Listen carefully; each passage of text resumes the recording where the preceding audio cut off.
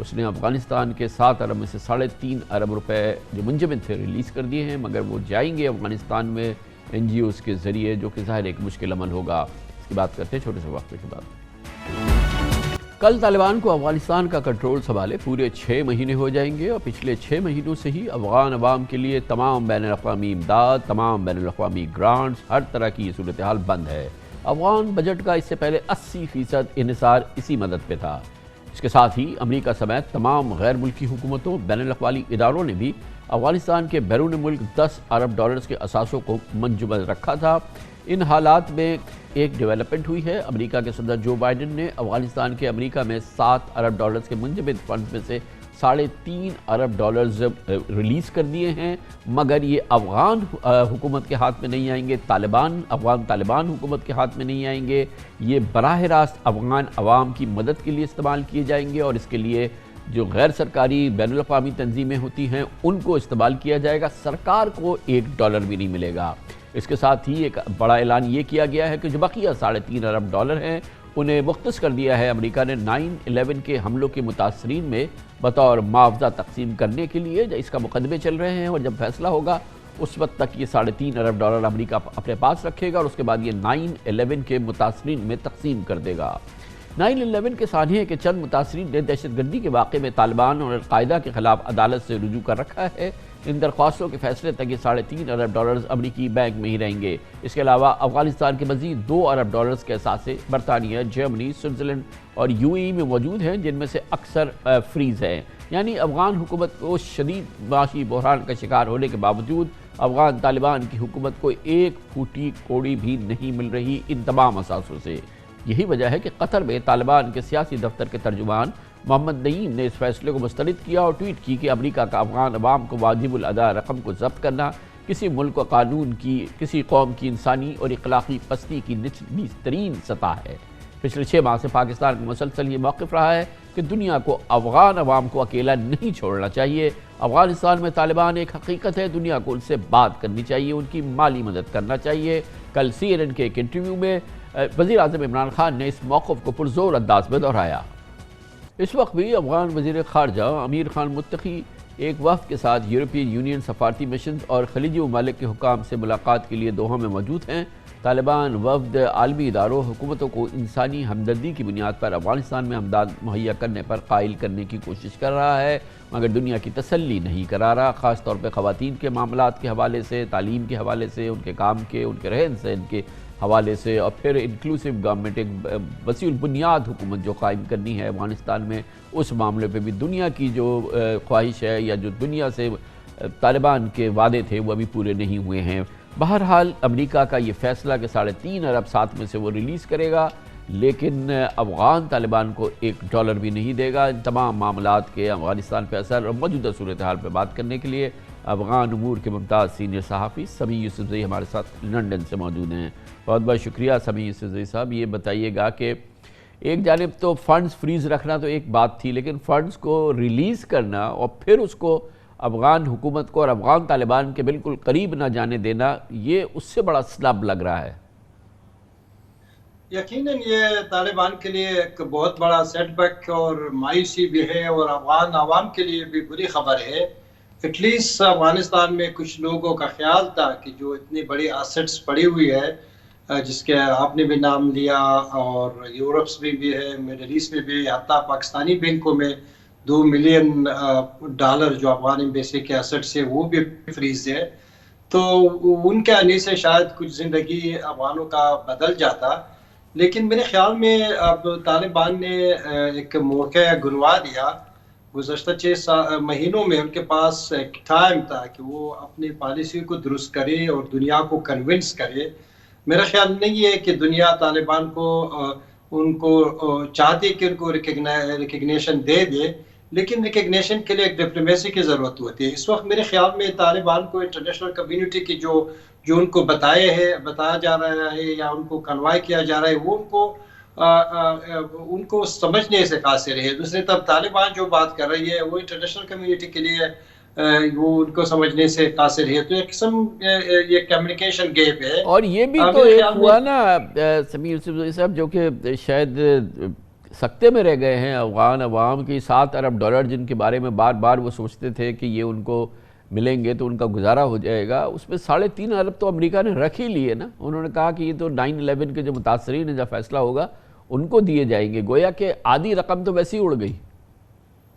نہیں, یقیناً آدھی رقم تو اس نام پر انہوں نے رکھ دیا, باقی جو رقم ہے وہ بھی افغانوں تک پہنچنے میں بڑا مشکل ہوگا, اس لیے کہ لیکن سمیع یوسف صاحب افغان عوام تک پہنچنے میں تو شاید مشکل نہ ہو, کیونکہ وہ ریلیز ہی افغانستان میں ریلیف ورک کے لیے ہے, بھوک کو ختم کرنے کے لیے, صحت کے مسائل سے, تمام جو پبلک کے جو سوشل سیکٹر کے مسائل ہیں ان کے لیے ہے. افغان طالبان حکومت کے تھرو تو وہ نہیں جائیں گے, لیکن امریکی حکومت چاہتی ہے کہ جو معتبر غیر سرکاری ادارے ہیں ان کے ذریعے یہ رقم تقسیم ہو, اس کا استعمال ہو. دیکھیں کامران صاحب, ایک ملک جب ریکگنیشن نہ ہو, ان کا ریپرزینٹیٹیو نہ ہو, اس ملک میں جو NGOs ہے جو کام کر رہے تھے گزشتہ 20 سالوں سے, ان کا ایک مسئلہ یہ ہوا کہ گزشتہ 20 سالوں میں ان کا جو یونائٹڈ نیشن سے لے کر WFP, ICRC جن کو دنیا یہ فنڈ دے رہی ہے, ابھی بھی بہت بڑا فنڈ دیا ہے, لیکن اس کا ڈسٹریبیوشن میرے خیال میں اس کا 20% بھی لوگوں تک نہیں پہنچا. اس کا وجہ یہ ہے کہ ان کے پاس فورس نہیں ہے, ہیومن ریسورسز نہیں ہے. جو لوگ تجربہ کار تھے وہ افغانستان سے بھاگ چکے ہیں. باقی جو کام ہے ان کو ایسا تو نہیں ہے کہ آپ لوگوں کو یہ راشن بغیر کسی وجہ سے دے دیں. ان کا رجسٹریشن ہونا ہے, ان کو ایک بینکنگ سسٹم سے کوپن دینا ہے یا کارڈ دینا ہے تاکہ ہر مہینے اپنے راشن وہ نکال سکے یا کیش نکال سکے. تو میرے خیال میں افغانستان میں بینکنگ سسٹم کولیپس ہے, تو پیسے تو آ رہی ہے, یہ 7 ارب یا 3.5 ارب جو رہ گئی وہ تو علیحدہ بات ہے, جو بہت بڑی رقم. ٹھیک ہے, یہ آپ نے جو حقیقت بتائی, یقیناً یہ امپورٹنٹ ہے کہ یہ پیسے تو ریلیز تو ہو جائیں گے مگر ڈسٹریبیوٹ ہونے میں بہت بڑا اس میں مسئلہ ہے. مگر یہ بتائیے کہ جو اصل مسئلے کی جڑ ہے کہ جو طالبان کی انڈرسٹینڈنگ تھی جب امریکہ کے ساتھ معاہدہ ہوا تھا کہ افغانستان میں جو ان کی حکومت ہوگی یا ان کا کنٹرول ہوگا اس میں خواتین کو کیا حقوق حاصل ہوں گے, پھر ایک انکلوسیو گورنمنٹ ہوگی, ایک وسیع البنیاد حکومت قائم ہوگی. 2 یہ کلیدی معاملات ہیں, لیکن طالبان اس میں کوئی تبدیلی فی الحال کرتے نظر نہیں آ رہے, اور وہ جانتے ہیں کہ اس کے بغیر ان کو دنیا کا ایک ملک بھی ابھی تک تسلیم نہیں کر سکا ہے. تو اس میں کیا قباحت ہے؟ میرے خیال میں طالبان جو سمجھنے کا جو قوت ہے وہ بڑا کمزور ہے انٹرنیشنل کمیونٹی کو. میرے خیال میں جس طرح میں نے کہہ دیا, دنیا کو یہ معلوم ہے کہ طالبان ایک بہت بڑا حقیقت ہے, اور ان کو یہ بھی معلوم ہے کہ ان کے ساتھ کام بھی کرنا ہے, کیونکہ دنیا, نیٹو اور امریکہ بڑی عزیمت کے ساتھ افغانستان سے نکل چکا ہے. اگر وہ اب طالبان کی شرائط پر ان کی حکومت کو تسلیم کرتے ہیں تو پھر ان ملکوں میں بھی اپنا ایک سوسائٹی ہے, ایک پارلیمنٹ سے وہ کوشچن ریز کریں گے کہ ایک طرف آپ نے شکست کیا ہے, دوسری طرف خواتین کے معاملے پر طالبان کے ساتھ کمپرومائز کیا. اب میرے خیال میں جو انکلوسیو گورنمنٹ کی بات ہے اس پہ انٹرنیشنل کمیونٹی بہت زیادہ زور نہیں ڈالیں گے, چونکہ افغانستان کا ٹریڈیشنلی اس طرح ہے کہ یہاں پر کبھی اچھی طرح الیکشن نہیں ہوئی. لیکن یہ ہے کہ خواتین کا مسئلہ بہت اہم ہے. اگر طالبان اس مسئلوں کو حل نہیں کرتے اور مقابلے میں وہ کبھی کبھی خواتین کو گرفتار کرتے ہیں, کبھی سول سوسائٹی لوگوں کو گرفتار کرتے ہیں, تو میرے خیال میں یہ مزید طالبان کے لیے چیلنجز کھڑی کر سکتے ہیں. اس وقت تو صرف سمپل طالبان کے ساتھ خواتین کے تعلیم کا مسئلہ ہے, ان کے جاب کے مسئلے, اب وہ دوسرے مسئلے بھی کھڑے ہو جائیں گے. تو میرے خیال میں آہستہ آہستہ یہ جو خبریں ہیں سمیع یوسف صاحب کے وسیع البنیاد حکومت کے سلسلے میں کوئی اہم مذاکرات ہوئے ہیں ترکی میں, شاید پاکستانی حکام بھی تھے, اور پھر جو دوسرے ناردرن الائنس کے جو لوگ ہوتے ہیں جو کہ طالبان سے منسلک نہیں ہیں, ان کی لیڈرشپ کے بات چیت ہوئی ہے. انکلوسیو گورنمنٹ کے سلسلے میں معاملات کچھ پہ بات چیت جاری ہے. میرے خیال میں افغان عوام کا خواہش یہ نہیں ہے کہ جو پرانے 20 سالوں میں جو جہادی تھے یا انہوں نے جو سسٹم کو تباہ کیا ان کو دوبارہ سسٹم میں داخل کرے. افغان عوام کا سمپل ریکویسٹ یہ ہے کہ یہاں پر ان وارنارز کے علاوہ بھی اچھے لوگ ہیں, ازبک میں جنرل دوستم کے علاوہ بھی اچھے لوگ ہیں, ہزارہ کمیونٹی میں استاد محقق کے علاوہ بھی اچھے لوگ ہیں, احمد شاہ مسعود کے فیملی میں دوسرے اچھے, ان لوگوں کو شامل کرو تاکہ جو افغانستان میں مائنارٹیز ہے جو اس وقت بہت بڑا دباؤ کا شکار ہے, ان کا کوئی ریپرزینٹیٹیو حتیٰ طالبان کے شیپ میں بھی نہیں ہے, تو وہ ایک قسم وہ کہیں گے چلو ہمارا بھی ایک ریپرزنٹیشن ہے.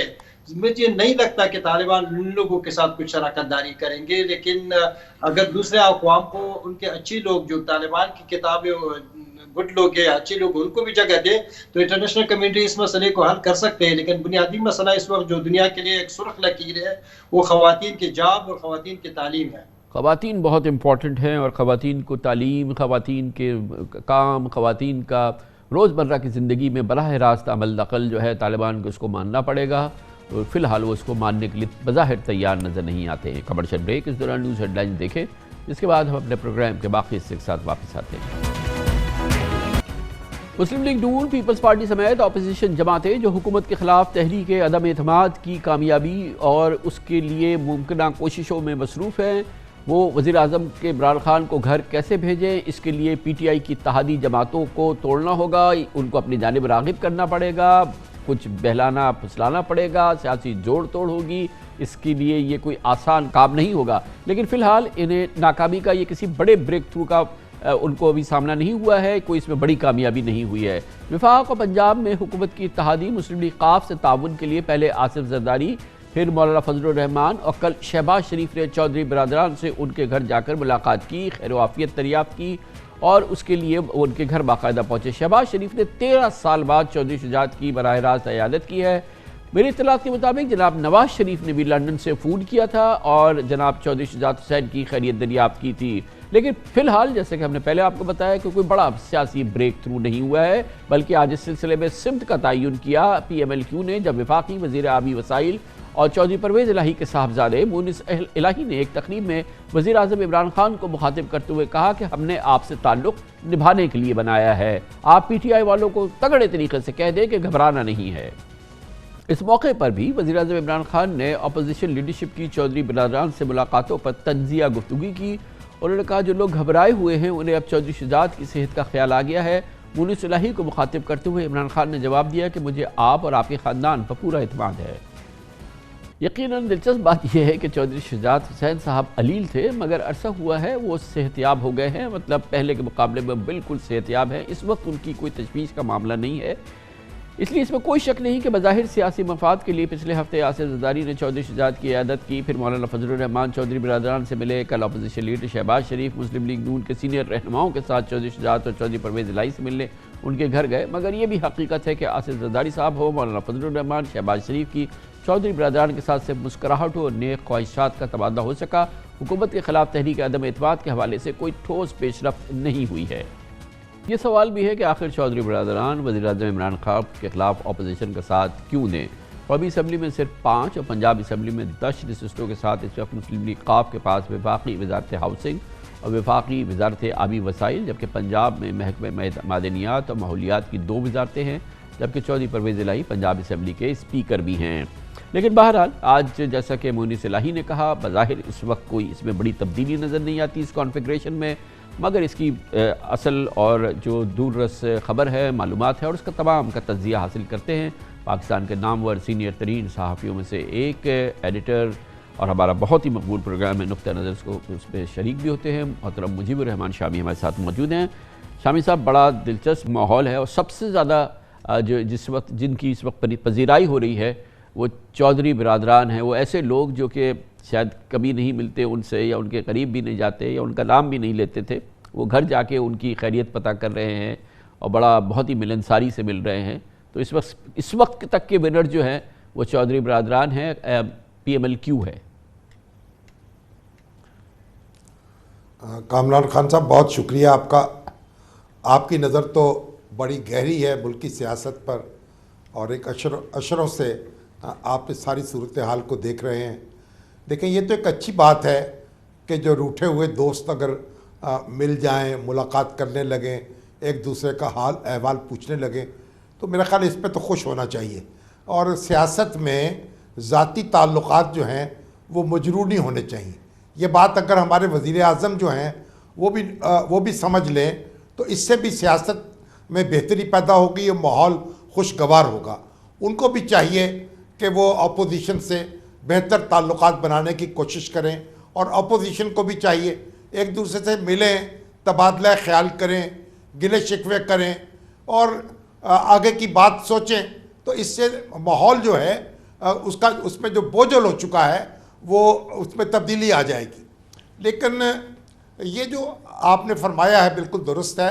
دیکھیں جو ملاقاتیں ہو رہی ہیں ان میں اس سے تعلقات بحال تو ہو رہے ہیں لیکن آگے کا نقشہ واضح نہیں ہے.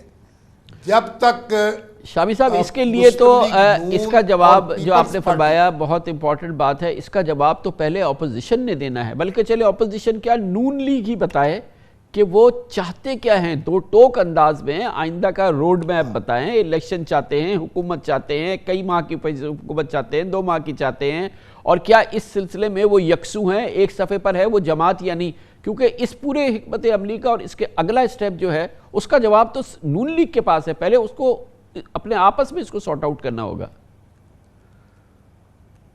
بالکل درست بات ہے آپ کی. دیکھیے اپوزیشن اس وقت جو ہے وہ کسی ایک جماعت پر اس کا دار و مدار نہیں ہے. مسلم لیگ نون اس کی سب سے بڑی جماعت ہے, اس کے بعد پیپلز پارٹی ہے, پھر کچھ چھوٹی چھوٹی جماعتیں ہیں, پھر وہ للچائی ہوئی نظروں سے حکومت کے اتحادیوں کی طرف بھی دیکھ رہی ہیں اور حکومت کے اندر جو غیر مطمئن عناصر ہیں ان پر بھی نظر ہے. لیکن سوال یہ ہے کہ آپ کو بتانا پڑے گا کہ آپ تحریک عدم اعتماد لائیں گے, اس کے بعد کیا ہوگا, اور کون وزیر اعظم بنے گا, کتنی دیر کے لیے بنے گا, کس کو کیا ملے گا. پھر جب انتخابات تک بات پہنچے گی تو وہ بساط کیسے بچے گی. مسلم لیگ کاف جو ہے اس کو انتخابی جو بساط ہے جو اس میں کیا ملے گا, دوسروں کو کیا ملے گا. تو یہ صرف اور یہ بھی اس میں ایک کلیدی سوال یہ بھی تو ہے کہ اگر اس پورے ماحول کے نتیجے میں ایک عام ملک میں الیکشنز ہوتے ہیں تو اس کے نتیجے میں تو صوبائی حکومتیں بھی ختم ہوں گی, اور صوبائی حکومتیں ختم ہوں گی تو پیپلز پارٹی سے بھی تو کوئی پوچھے کہ وہ 1.5 سال پہلے اپنی صوبائی حکومت ختم کرنے کے لیے تیار ہیں زرداری صاحب, اور وہ اس کو قربان کرنے کے لیے تیار ہیں ملک میں نئے الیکشنز کے لیے. کیونکہ یہ تو نہیں ہو سکتا کہ پھر سندھ میں الیکشن بعد میں ہوں گے, تو پھر تو جب ایک جھاڑو پھرے گی تو پورے نظام پہ پھرے گی نا. نہیں, لیکن اگر تحریک عدم اعتماد مرکز میں لائی جاتی ہے اور وہ چلیے فرض کر لیں وہ کامیاب بھی ہو جاتی ہے, تو پھر تو آپ مرکز صوبوں کو مجبور نہیں کر سکتے کہ آپ اپنے ہاں انتخابات کا اعلان کر دیں. پھر آپ مرکز کا معاملہ الگ ہوگا اور ہر صوبے کا معاملہ الگ ہوگا. جب تک یہ اس صورت میں ہوگا نا شاوی صاحب, معاف کیجئے گا, یہ تو اس صورت میں ہوگا نا جب عمران خان یہ سب کچھ دیکھتے رہیں, ہاتھ پہ ہاتھ دھرے بیٹھے رہیں. وہ خود اگر تحلیل کر دیں گے ساری اسمبلی ساری حکومتیں تو اس کی بھی تو گنجائش موجود ہے نا, تو پھر تو یہ کام سمٹ جائے گا. وہ 2 اسمبلیاں تحلیل کر سکتے ہیں, ایک پنجاب اسمبلی, ایک خیبر پختونخوا کی اسمبلی, اور ایک مرکزی اسمبلی وفاقی اسمبلی. لیکن بلوچستان کی اسمبلی جو ہے ان کا وزیر اعلیٰ ان کی پارٹی کا نہیں ہے, اور سندھ میں اپوزیشن کا وزیر اعلیٰ ہے. تو اگر یہ دونوں یہ کہتے ہیں ہم اپنی اسمبلیاں تحلیل نہیں کرتے تو پھر وہاں صوبائی انتخابات نہیں ہو سکیں گے. تو یہ اس لیے یہ ایک کئی مخمصے ہیں اس کے اندر. ایسی بات نہیں ہے کہ موٹر وے کا سفر ہے اور آپ گھوڑا دوڑاتے ہوئے بس منزل مقصود پہ پہنچ جائیں گے. تو گویا کہ ابھی اس میں بہت سارے ifs and buts ہیں, اور سب سے بڑا سوال تو یہ ہے کہ الیکشن کے نتیجے میں کوئی بھی حکومت آ جائے, فوری الیکشن ہو جائے اور اس کے نتیجے میں کوئی بھی, تو یہ جو حبالیائی مسائل ہیں, یہ جو معاشی مسائل ہیں, یہ انٹرنل سیکیورٹی کے مسائل ہیں, ٹی ٹی پی سے مذاکرات کرنے ہیں نہیں کرنے ہیں, ایک صفحے پہ آنا ہے نہیں آنا ہے, پھر جو خطے کے مسائل ہیں, امریکہ کے ساتھ کیا کرنا ہے, سی پیک کا آگے کیا بڑھانا ہے, جو معیشت کے بہت ہی اس وقت پیچیدہ مسائل ہیں ان کو کیسے حل کرنا ہے, آخر اس کے لیے بھی تو روڈ میپ دینا ہے نا اس جماعت کو جو کہ اقتدار میں آنا چاہتی ہے. خان صاحب آپ درست کہہ رہے ہیں, اسی لیے تو کہہ رہا ہوں نا کہ جب تک اب یہ طے نہیں کریں گے کہ آئندہ حکومت کون سنبھالے گا, کاروبار مملکت کون چلائے گا, اس وقت تک تحریک عدم اعتماد جو ہے اس کے اندر کیسے طاقت پیدا ہوگی. ابھی تو آپ دیکھیں شاہد خاقان عباسی صاحب کا یہ موقف ہے, میں ان کی بات سن رہا تھا, وہ کہہ رہے تھے تحریک عدم اعتماد منظور ہو جانی چاہیے, اس کے بعد نئی حکومت نہیں بننی چاہیے. گویا مسلم لیگ نون اور پیپلز پارٹی نئی حکومت پر متفق نہ ہو اور پھر الیکشن کا صدر مملکت اعلان کر دیں. تو پوچھا گیا کہ جناب یہ پھر حکومت کیسے قائم ہوگی, انہوں نے کہا یہ گرے ایریا ہے, اس میں سپریم کورٹ جو ہے وہ کچھ کر سکتی ہے, چیف جسٹس صاحب نوٹس لے سکتے ہیں. تو یہ اس طرح دیکھیے, اس طرح معاملہ نہیں چلے گا. آپ پہیلیاں نہ بجوائیں, یہ کنویں میں دھکا نہ دیں. آپ واضح نقشہ بنائیں اور واضح اپنے پتے شو کریں, تبھی بات آگے چلے گی, تبھی آپ کوئی بازی کھیل سکیں گے. جیتنے کی بات تو بات کی ہے. تو یہ اس کی ذمہ داری تو شامی صاحب نواز شریف صاحب پر ہے نا, کیونکہ اس سلسلے میں ان کی رائے سب سے زیادہ مسلم ہے, سب سے زیادہ امپورٹنٹ ہے, سب سے زیادہ ان کا وزن ہے اس پورے معاملے میں. تو یہ جو اتنے شدید سوالات اور ابہام ہیں, اس کا جواب تو نواز شریف صاحب دے سکتے ہیں, وہ تو انہی کو دینا چاہیے, کیونکہ ویسے تو انہوں نے بڑی تقاریر کی ہے, لیکن اس معاملے میں اس قدر کنفیوژن کو, اس قدر ابہام کو انہوں نے چلنے دے رہے ہیں وہ, تو یہ تو ابھی ذمہ داری تو ان پر ہے. وہ تو ان سے تو یہ بات یعنی سنی جا رہی ہے, اور وہ یہی کہہ رہے ہیں کہ انتخابات فوری طور پر ہونے چاہیے. لیکن جب انتخابات فوری طور پر ہوں گے, اس کے لیے تو آپ کو سیٹ اپ قائم کرنا پڑے گا نا. یہ کہتے خلا میں تو معاملہ نہیں ہو سکتا. اور پھر اگر فوری انتخابات ہونے ہیں تو پھر جو حکومت کے اتحادی ہیں آج, ان کو سوچنا پڑے گا کہ ان کو آنے والے انتخابات میں کیا ملے گا, ان کا حصہ کیا ہوگا, اور کہاں سے وصولی کریں گے وہ. تو یہ سارے ایک نقشہ بنا کے پھر آپ آگے چلیں گے نا. یہ تو نہیں ہو سکتا کہ آپ 8ویں منزل پہلے تعمیر کر لیں اور 7ویں اور 6ٹھی منزل جو ہے اس کے بارے میں بعد میں غور کریں.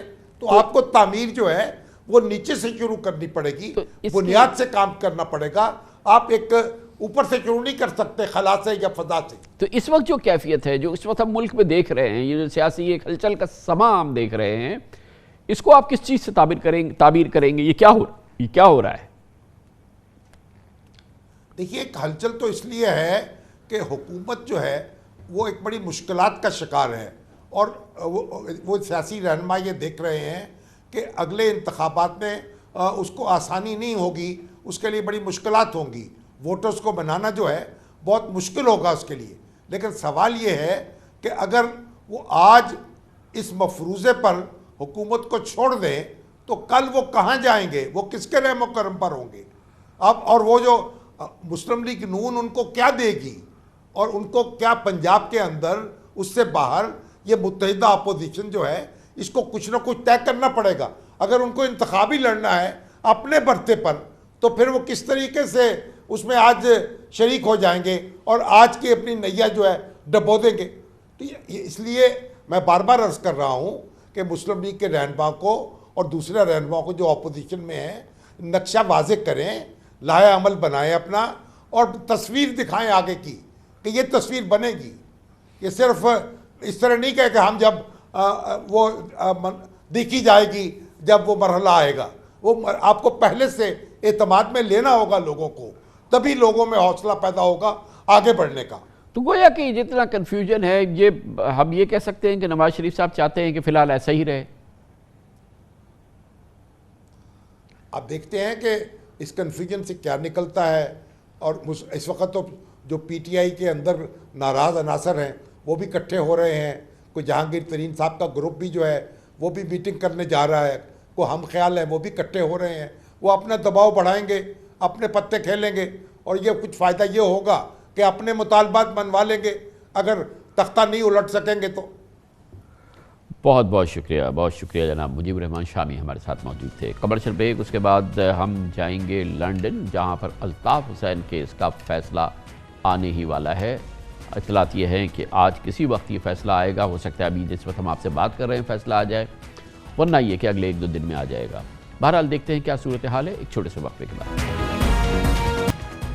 MQM کے بانی الطاف حسین کے خلاف اشتعال انگیز تقاریر اور دہشت گردی کی حوصلہ افزائی کیس کا فیصلہ کن موڑ ہے, اور آج بھی اس سلسلے میں جیوری کی صلاح مشورہ جاری ہے. لنڈن کی کنگسٹن کورٹ نے 12 رکنی جیوری نے اس کیس کے حوالے سے حد فریقین کے حتمی دلائل بھی سنے تھے, اور لگ یہ رہا تھا کہ سماعت مکمل ہو گئی, لیکن یہ صلاح مشورہ جیوری کا جاری ہے. الطاف حسین کو دہشت گردی کے الزام میں مجرم قرار دیا جائے یا بری کر دیا جائے, اس کا فیصلہ بہت اہم ہوگا.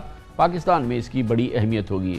الطاف حسین پہ فرد جرم میں لندن پولیس نے 2 علیحدہ الزامات لگائے ہیں, دو تقاریر کے حوالے سے ہے، مگر دونوں کا تعلق دہشت گردی کی حوصلہ افزائی سے ہے، جن کے مطابق الطاف حسین نے 22 اگست 2016 کو لندن کے 2 مختلف ٹیلی فونک خطاب انہوں نے کیے تھے، ایک صبح کیا تھا ایک لندن کے وقت کے مطابق، ایک آفٹرنون میں کیا تھا۔ الزام یہ ہے کہ لوگوں کو اشتعال دلایا گیا اور تشدد پہ اکسایا گیا۔ اب تک الطاف حسین نے اس کیس میں اپنا نہایت مختصر دفاع کیا ہے، البتہ ٹرائل سے پہلے الطاف حسین نے درخواست کی تھی کہ وہ جسمانی اور ذہنی طور پر دہشت گردی کا مقدمہ جھیلنے کے قابل نہیں ہیں، اس لیے مقدمہ نہ چلایا جائے۔ اب ممکن ہے کہ سزا ہونے پر بھی بیماری کا عذر انہیں جیل سے بتا دے، کیونکہ اس کی گنجائش موجود ہے برطانوی قوانین میں۔ برطانوی قوانین کے ماہرین اس کیس اور اس کی سزا کے بارے میں کیا کہتے ہیں، ہم نے بیرسٹر راشد اسلم سے معلوم کیا تھا۔ اگر کوئی شخص کوئی ایسی سٹیٹمنٹ ایشو کرتا ہے جس کے نتیجے میں وائلنس ہوتی ہے، کوئی ایسا ایکٹ سرزد ہوتا ہے جو ٹیررزم کے زمرے میں آتا ہے، تو اس کو سزا ہو سکتی ہے، جو کہ 15 سال تک کی سزا ہو سکتی ہے۔ اگر ان کو سزا ہو جاتی ہے تو الطاف حسین صاحب کے وکلاء کورٹ کو یہ استدعا کر سکتے ہیں، یہ ریکویسٹ کر سکتے ہیں کہ ان کو سسپینڈڈ جیل سینٹینس دی جائے اور ان کو جیل میں نہ لے کے جایا جائے۔ لیکن ٹیررزم ایکٹ کے حوالے سے یہاں پہ قوانین بہت زیادہ سخت ہیں۔ نارملی جو دیکھنے میں آیا جو پریویس کیسز ہیں اس میں کم از کم 2/3 سینٹینس آپ کو جیل میں گزارنا پڑتی ہے، لیکن پھر بھی یہ جج کی ڈسکریشن ہوگی کہ ان کو سزا ان پریزن ملتی ہے یا سسپینڈڈ جیل سینٹینس ملتی ہے۔ آگے ہائی کورٹ میں بھی اس کی اپیل کا حق ہے، اور آگے اس کے آگے بھی جو فردر کورٹس ہیں اس میں ان کو رائٹس ہیں، وہ اس فیصلے کے خلاف اپیل کر سکتے ہیں۔ جمعرات کو عدالت کو بتایا گیا کہ الطاف حسین عدالت میں گواہی نہیں دیں گے، یہ اس تقاضا کی ذمہ داری ہے کہ وہ الزامات ثابت کرے۔ سرکاری وکیل نے کہا کہ ملزم کے پاس موقع تھا، وہ جیوری کے سامنے اپنا موقف پیش کرتے، لیکن انہوں نے ایسا کرنے سے گریز کیا۔ آج اخبار ڈان میں چھپنے والی ایک خبر کے مطابق بینچ کی سربراہ جسٹس مے نے ریمارکس دیے کہ آپ ملزم کو خاموش رہنے پر مجرم قرار نہیں دے سکتے، بلکہ اس تقاضا کو جرم ثابت کرنا ہوگا۔ جمعے کو سماعت مکمل ہونے پر جسٹس مے نے ریمارکس دیے کہ جیوری فیصلے میں کہہ سکتی ہے کہ الطاف حسین کے پاس اپنے اوپر لگائے گئے الزامات پر کوئی شواہد نہیں۔ جسٹس مے کا کہنا تھا کہ پروسیکیوشن اس بات کا فائدہ اٹھا سکتی ہے کہ الطاف حسین کی جانب سے نہ کوئی جواب دیا گیا، نہ معافی مانگی گئی، نہ ہی وضاحت دی گئی۔ انہوں نے کہا کہ سوالات کے جواب نہ دینا اس بات کی وجہ یہ ہو سکتی ہے کہ ملزم کے پاس اپنی صفائی میں کچھ نہیں۔ اس پورے موضوع کی مزید تفصیلات حاصل کرتے ہیں لندن جائیں گے، جہاں پر موجود ہیں اظہر جاوید، ہمارے بیورو چیف ہیں یو کے میں۔ بہت بہت شکریہ اظہر جاوید صاحب۔ بڑا کنفیوژن ہے، ویسے تو لگ رہا تھا کہ شاید آج فیصلہ آئے، لیکن ابھی پتہ چل رہا ہے کہ جیوری جو ہے اس کی آپس کی کنسلٹیشن ابھی بھی جاری ہے، جج اور جیوری کے درمیان بات چیت جاری ہے۔ گویا کہ اس وقت جس وقت ہم یہ بات کر رہے ہیں اس کنفیوژن ہے اس معاملے پہ۔ جی کامران صاحب بہت شکریہ۔ یہ ان معاملات میں اسی طرح ہوتا ہے، جوری 1 دن بھی لے سکتی ہے، 2 دن بھی لے سکتی ہے اور 3 دن بھی لے سکتی ہے، تو یہ کوئی اتنی آؤٹ آف کنٹیکسٹ یا کوئی غیر معمولی صورتحال نہیں ہے، کیونکہ جوری کا کام ہوتا ہے فیصلہ کرنا، وہ جب تک مطمئن نہیں ہوں گے وہ اپنا فیصلہ نہیں دیں گے۔ تو یہ بتائیے کہ جیوری جب آپس میں صلاح مشورہ کرے تو اس وقت ملزم کا موجود ہونا ضروری ہوتا ہے کیا؟ وہ صلاح مشورہ ان کی موجودگی میں ہوتا ہے؟ ہمارا خیال یہ ہے کہ جیوری کسی علیحدہ کمرے میں بیٹھ کے آپس میں بات کرتی ہوگی، یا یہ کیا اس کا طریقہ کار ہوتا ہے؟ جی بالکل، جیوری اپنے علیحدہ کمرے میں بیٹھتی ہے اور وہاں پہ بیٹھ کے اس پہ سارے معاملے کو وہ ایک دوسرے سے ڈسکس کرتے ہیں، پھر اس کے بعد جو مین پوائنٹس ہیں اس پہ جو بھی ڈیلیبریشنز کی جاتی ہیں، اس وقت جو ہے ملزم جو ہوتا ہے وہ موجود نہیں ہوتا، لیکن جیوری علیحدہ کمرے میں بیٹھ کے جب ایک ڈیسیژن پہ پہنچتی ہے تو پھر اس کو جج کو آگاہ کر دیا جاتا ہے۔ تو یہ ایک نارمل پروسیجر ہے یہ یہاں پر، کہ اب ہم نے دیکھا ہے ملزم گہیر خان کے کیس میں بھی اسی طرح ہوا کہ 3 دن تک جیوری نے ڈیلیبریشنز کی اور پھر چوتھے دن فیصلہ سنایا گیا۔ اچھا، یہ بڑی جو آج اخبارات میں شائع ہوا ہے جو کہ ڈیلیبریشنز ہوئی ہیں، اس میں یہ چیز بڑی دلچسپ حکمت عملی نظر آ رہی ہے الطاف حسین صاحب کی کہ انہوں نے اس کے دفاع میں کوئی بہت ساری باتیں نہیں کی، ثبوت نہیں دیے، کوئی اس کو بہت ایگریسولی چیلنج نہیں کیا، بلکہ وہ کہتے رہے کہ آپ خود ثابت کریں کہ یہ ایسا ہوا ہے۔ یہ ایک حکمت عملی تھی ان کی اور ان کے وکلاء کی۔ کامران صاحب بالکل جو بھی ہوا کورٹ میں جس طرح ہوا ہم اتنا ہی رپورٹ کر سکتے ہیں، کیونکہ یہ اس کیس کا بھی فیصلہ نہیں ہوا، تو ہم یہ نہیں ابھی کہہ سکتے کہ اچھی حکمت عملی تھی یا بری حکمت عملی تھی، کیونکہ کورٹ کی ریسٹرکشنز ہے اس معاملے پہ، ہم اس پہ رپورٹ نہیں کر سکتے کہ یہ گڈ ہے اور بیڈ ہے، تو میرا خیال ہمیں صرف وہ جو ریمارکس گزر چکے ہیں اس تک ہمیں رہنا ہوگا۔ تو یہ جو ریمارکس رپورٹ ہوئے ہیں، جو پروسیڈنگز ہوتی ہیں کورٹ کی، وہ تو رپورٹ ہوتی ہے نا میڈیا میں، وہ تو رپورٹ ہو سکتی ہے منون کہ کیا بات ہوئی اور کیا نہیں ہوئی۔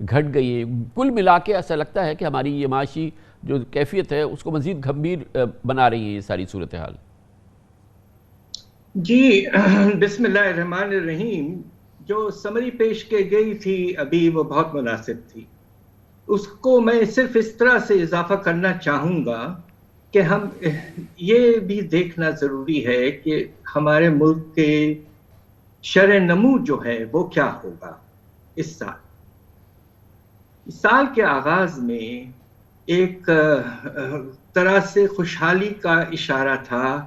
قیمتیں کم تھیں, ہمارا تجارتی خسارہ بہت کم ہو چکا تھا اور ریکوری کا پروسیس پچھلے سال یعنی کہ 2021 میں شروع ہو چکا تھا.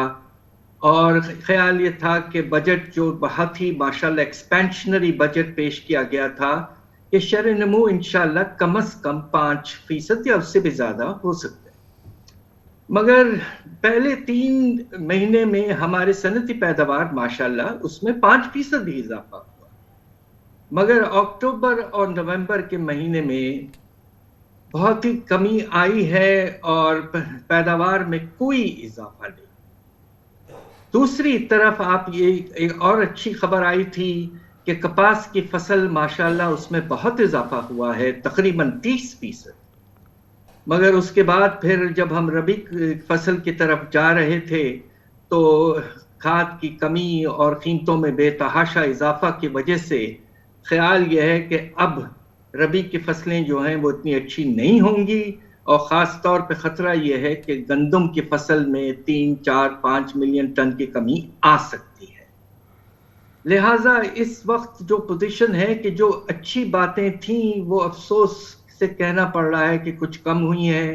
کنسٹرکشن بوم بھی ماشاءاللہ بڑا اچھا تھا. پرائم منسٹر صاحب نے بڑے اچھے پالیسیز لائے تھے, انسینٹیوز دیے تھے اور کریڈٹ کا بھی اضافہ ہوا تھا. مگر اب پچھلے دنوں کچھ اس میں بھی کمی شروع ہو گئی ہے اور سیمنٹ کی سیل کم ہو رہی ہے. لہٰذا یقیناً اب کل کی اور 2-3 دن پہلے کی بات جو آپ نے بالکل ذکر کیا کہ تیل کی قیمت جو ہے وہ $96 فی بیرل تک پہنچ گئی تھی. آج کی خبر یہ تھوڑی سی کمی ہے, کم ہو گئی جی. مگر پاکستان کی جو درآمدات ہے تیل کی وہ اتنی زیادہ ہے کہ جب تیل کی قیمت میں $5 فی بیرل کا اضافہ ہوتا ہے تو ہمارا درآمدات کا بل جو ہے وہ $1 ارب سے بڑھتا ہے. $1 ارب. اب آپ یہ سوچئے کہ تقریباً 1 سے 1.5 سال پہلے تیل کی قیمت $40 پہ آ چکی تھی. اب وہ اگر $96 پہ ہے تو اس کے نتیجے میں کتنا زیادہ آپ کے درآمدات کے خرچوں میں اضافہ ہو سکتا ہے. تو یہ بہت پریشان کن بات یقیناً ہے. اور جو کرنٹ اکاؤنٹ ہمارا جو بڑھ چکا تھا $9 ارب تک پہنچ چکا تھا پہلے 5 مہینے میں, اب وہ دیکھنا یہ ہے کہ اس 6 مہینے میں اب یہ دیکھنا ہے کہ جنوری میں کیا ہوا ہے اور آنے والے دنوں میں کیا ہوگا. آخری بات اس سلسلے میں یہ بات کہنا چاہوں گا, ترسیلات زر کے بارے میں آپ نے جو ذکر کیا ہے. دیکھیے وجہ یہ ہے کہ حالانکہ جو تیل پروڈیوسنگ ممالک ہیں ان میں تو حالات بہتر ہو رہے ہیں اس لیے کہ ان کے پاس آمدنی زیادہ ہے, تو جو ہمارے ورکرز وہاں کام کر رہے ہیں اللہ کے فضل سے ان کے حالات کچھ بہتر ہوں گے. پرابلم جو پیدا ہو رہا ہے وہ ڈیولپڈ کنٹریز میں ہے. امریکہ میں بے روزگاری بڑھ گئی ہے, افراط زر میں اضافہ ہوا ہے. ہمارے ہاں پچھلے 1 سال زیادہ اضافہ جو ہو رہا تھا ریمیٹنسز میں وہ امریکہ اور UK سے ہو رہا تھا. اب وہ سلسلہ رکنے کا خطرہ موجود ہے, مگر آئل پروڈیوسنگ کنٹریز کے حالات بہتر ہوں گے تو انشاءاللہ ہمارے تفصیلات زر واپس. میں نے آپ کے اس پورے تبصرے کے اندر میں دیکھ رہا ہوں اور الحمدللہ اچھی بات ہے کہ اس میں ایک کوشش آپٹیمزم ابھی بھی برقرار ہے. مطلب یہ کہ ابھی بہت ساری گنجائش موجود ہے. اس دوران ہم نے دیکھا کہ پچھلے کوارٹر میں ایکسپورٹس میں ہمارا اچھا اضافہ ہوا ہے 25%.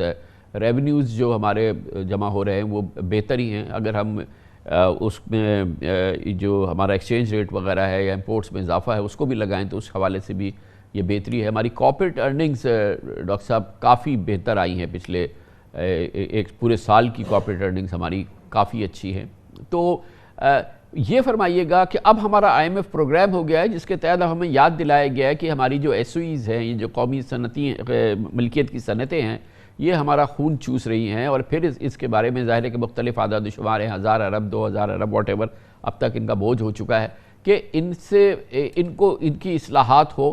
گویا کہ میں یہ جاننا چاہتا ہوں کہ اب ہم IMF پروگرام میں بھی ہیں، اور یہ پورا پس منظر جو ہے اس میں آپ یقیناً میڈیکل ڈاکٹر نہیں، معیشت کے ڈاکٹر ہیں، نسخہ تجویز کیجئے کہ اس پیریڈ کو ہم کیسے گزاریں، کیونکہ یہ دباؤ کا پورا زمانہ ہے کہ ہم بہتری کی طرف جا سکیں. آپ نے بہت سے اہم چیزوں پر اشارہ دیا ہے. ہمارے اسٹیٹ اونڈ انٹرپرائزز جو ہیں، آپ کو حیرت ہوگی 5 سال پہلے جو یہ بوجھ ہمارے بجٹ پہ ڈالتے تھے، فیڈرل بجٹ پر، وہ تقریباً 130 ارب تھا، جو کہ اس زمانے میں بھی کافی بڑا اماؤنٹ تھا. آج ان کا سالانہ بوجھ بجٹ پر 1100 ارب تک جا چکا ہے. یعنی کہ آپ سوچئے کہ تقریباً 8 گنا اضافہ ہوا ہے. اور یہ اس حد تک پریشان کن سلسلہ بن چکا ہے کہ آپ کے پاس، جسے ہم انگریزی میں کنٹینجنٹ لائبلٹیز کہتے ہیں، جو قرضے حکومت لیتی ہے SOEs کے بہاف پر، جو گارنٹیڈ ہوتا ہے، اس کا جو حجم ہے وہ 2460 ارب تک پہنچ چکا ہے. اب وقت آ گیا ہے کہ ہمیں جلد سے جلد اقدامات لینے ہیں. جب حکومت آئی تھی تو ان کا خیال اس وقت تھا کہ ہم ایک بہت بڑا ری اسٹرکچرنگ کا ادارہ بنائیں گے، اور انشاءاللہ یہ جو اہم ہمارے SOEs ہیں، جس طرح PIA ہے، ریلوے ہے، نیشنل ہائی وے اتھارٹی ہے، وغیرہ وغیرہ، ان سب کو ری اسٹرکچر کر کے ان میں ایفیشنسی بڑھا کر جو جہاں بھی آپ کا اس وقت لاس ہے اس کو کم کریں. مگر افسوس کی بات یہ ہے کہ پچھلے 3 سال میں اس پہ کوئی خاص کام نہیں ہوا ہے. اب IMF نیچرلی کہہ رہا ہے کہ بھائی آپ ایک لا لائیں، SOEs کا لا، مگر لا لانے سے صرف کام نہیں ہوگا. اس سال کے بجٹ میں یہ موجود ہے کہ حکومت نے کہا تھا کہ ہم 250 ارب روپے پرائیویٹائزیشن سے حاصل کریں گے. ابھی تک 1 پیسہ حاصل نہیں ہوا ہے. تو پرائیویٹائزیشن کا پروسیس نہ ہونے کے برابر ہے. اس کو تیز کرنا پڑے گا. طے کر لیں کہ کون سے ادارے پرائیویٹائز کرنے ہیں، ان کو فوراً سے فوراً پرائیویٹائزیشن کی طرف لے جانا لازمی ہو چکا ہے اگر یہ بوجھ ہمیں کم کرنا ہے، ورنہ یہ آؤٹ آف کنٹرول تقریباً ہو چکا ہے.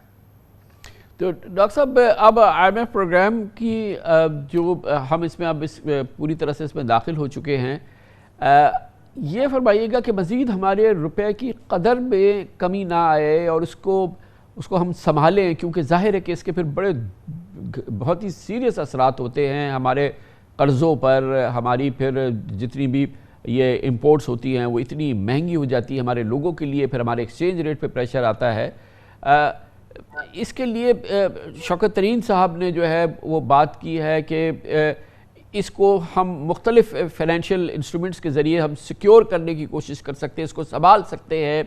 کیا ممکنات میں شامل ہے؟ بس کوشش تو یقیناً حکومت کر رہی ہے، اور اس سے بھی زیادہ ہمیں کرنا پڑے گا. دیکھیے بات یہ ہے کہ آپ کو اس سال جو اس وقت تقریباً 5 مہینے رہ گئے ہیں، آپ کو باہر سے جو آپ کو ایکسٹرنل فائنینسنگ کی ضرورت ہے وہ کم از کم 12 ارب ڈالر ہے.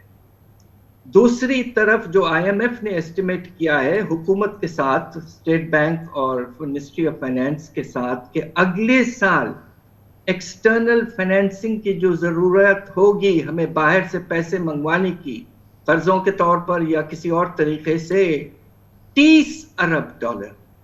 حیرت انگیز ہے یہ.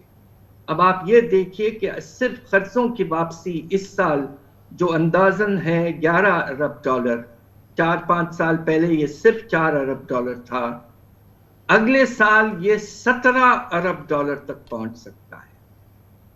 تو آپ کا خسارہ جو ہے، آپ کی جو ایکسٹرنل ریکوائرمنٹ ہے وہ حد سے زیادہ بڑھ چکی ہے. آپ کے پاس شارٹ رن میں ایک ہی راستہ ہے، سخت سے سخت اقدامات درآمدات کو کم کرنے کے لیے آپ کو اختیار کرنا پڑے گا. بڑی نوازش. بہت بہت شکریہ جناب ڈاکٹر حفیظ پاشا ہمارے ساتھ موجود تھے. اس کے ساتھ ہی ہمارے آج کے پروگرام میں اختتام ہوتا ہے. کل آپ سے پھر ملاقات ہوگی انشاءاللہ. کل تک کے لیے کامران خان کو اجازت. اللہ حافظ. ناصر.